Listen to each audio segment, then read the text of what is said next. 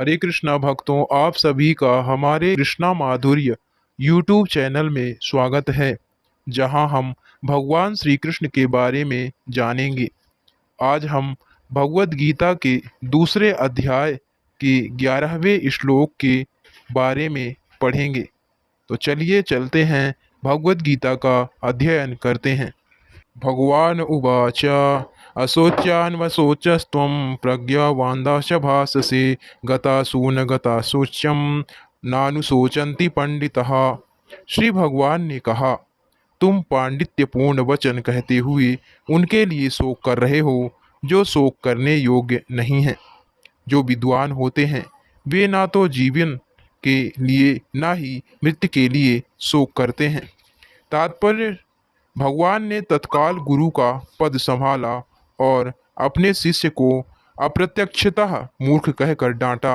उन्होंने कहा, तुम विद्वान की तरह बातें करते हो, किंतु तुम यह नहीं जानते कि जो विद्वान होता है, अर्थात जो यह जानता है कि शरीर तथा आत्मा क्या है, वह किसी भी अवस्था में शरीर के लिए, चाहे वह जीवित हो या मृत, शोक नहीं करता।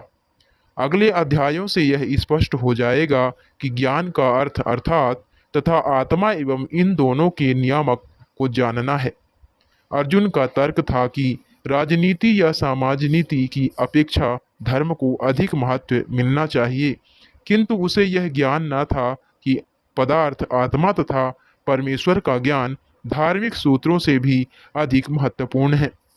चूंकि उसमें इस ज्ञान का अभाव था, अतः उसे विद्वान नहीं बनना चाहिए था, और चूंकि वह अत्यधिक विद्वान नहीं था, इसीलिए वह शोक के सर्वथा अयोग्य वस्तु के लिए शोक कर रहा था। यह शरीर जन्मता है और आज या कल इसका विनाश निश्चित है। अतः शरीर उतना महत्वपूर्ण नहीं है जितना कि आत्मा है।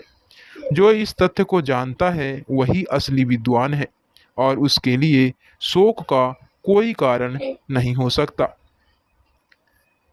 ऐसा कभी नहीं हुआ कि मैं ना रहा हूं या तुम ना रहे हो, अथवा ये समस्त राजा ना रहे हों, और ना ऐसा है कि भविष्य में हम लोग नहीं रहेंगे।